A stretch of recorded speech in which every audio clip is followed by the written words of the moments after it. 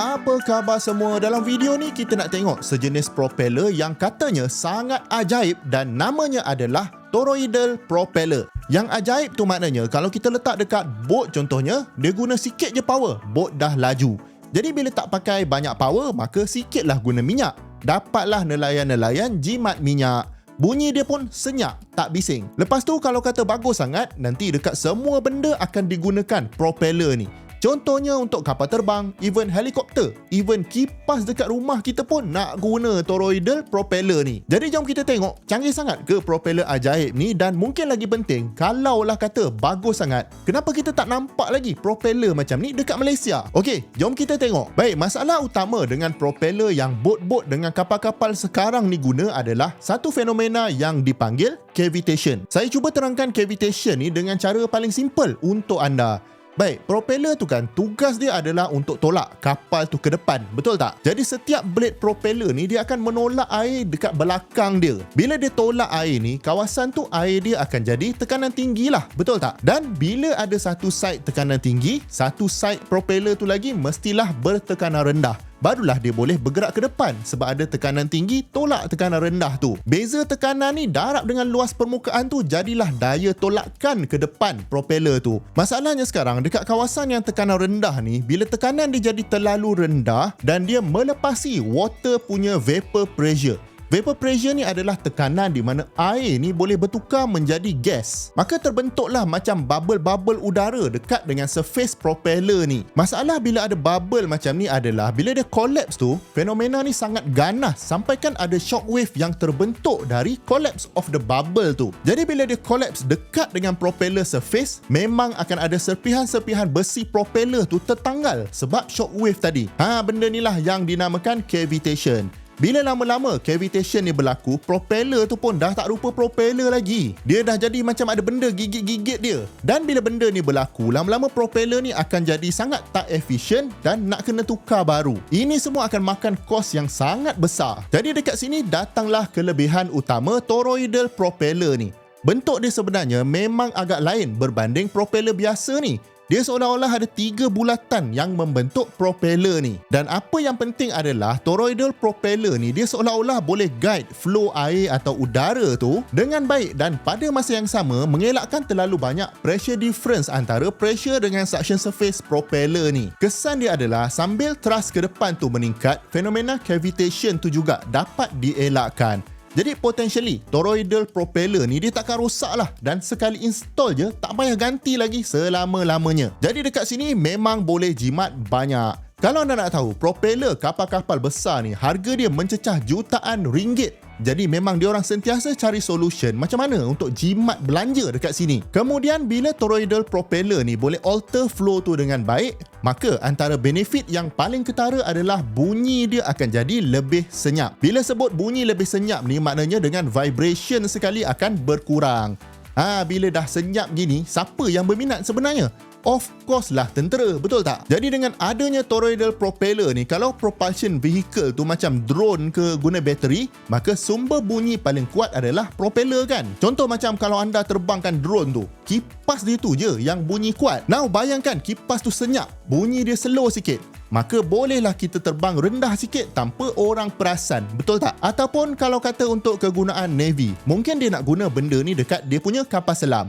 Sebab lagi senyap kapal selam ni, lagi susahlah orang nak detect dia. Dan satu lagi, benefit toroidal propeller ni adalah design dia tu agak compact berbanding propeller biasa. Jadi first, kalau compact ni, design badan kapal tu bolehlah dibuat lebih streamline lagi lah. Bila lagi streamline, maka bolehlah kurangkan lebih banyak drag dan juga fuel consumption. Dan satu lagi, kalau design dia tu sangat compact, maka kenderaan tu sendiri akan boleh pergi ke tempat-tempat yang propeller biasa tak boleh pergi. Contohnya kalau dalam application drone, mungkin sekarang ni agak limited dan tak boleh nak pergi ke tempat-tempat yang sempit. Jadi kalau ganti propeller biasa ni dengan toroidal propeller ni, drone tu punya footprint akan jadi lebih kecil dan dia bolehlah masuk ke tempat yang lebih sempit. Nampak macam banyak sangat advantage toroidal propeller ni berbanding standard propeller. Tapi kalau anda dah biasa dengan channel ni, saya selalu ingatkan yang setiap kelebihan tu mesti ada kekurangan. Dan kekurangan ni lah yang mungkin membuatkan toroidal propeller ni sampai sekarang lah tak popular walaupun dia bagus. Baik, kelemahan pertama desain toroidal propeller ni adalah bentuk dia yang jauh lagi kompleks dari propeller biasa. Dan bila bentuk dia kompleks, maka proses pembuatan tu akan jadi susah. Kalau untuk kegunaan kapal-kapal gergasi, propeller yang biasa tu pun dah cukup susah nak buat kan. Diorang kena potong bongkah besar tu dan seolah-olah macam ukir dia sampailah jadi bentuk propeller ni. Dan nak buat benda ni pun memang makan tahun lah training dia sebab bendanya sangat besar. Kalau masa ukir tu tersilap tekan, rosak satu bongkah tu. Jadi untuk bentuk yang lebih kompleks macam toroidal propeller ni dengan saiz dia yang besar pula, maka lagi complicated lah nak dibuat. Training untuk buat propeller ni akan jadi lebih intensif, lepas tu masa nak buat tu pun akan jadi lebih panjang lah. Kemudian ada juga concern sebenarnya pasal propeller ni punya structural integrity.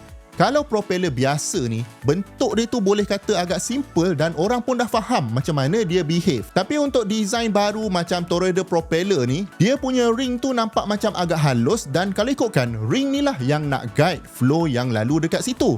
Jadi confirm akan ada stress concentrated dekat situ dan dibimbangi kalau load terlalu tinggi, propeller ni akan patah. Kalau kata propeller tu propeller kapal, bila patah tak apa lagi, kapal tu masih terapung.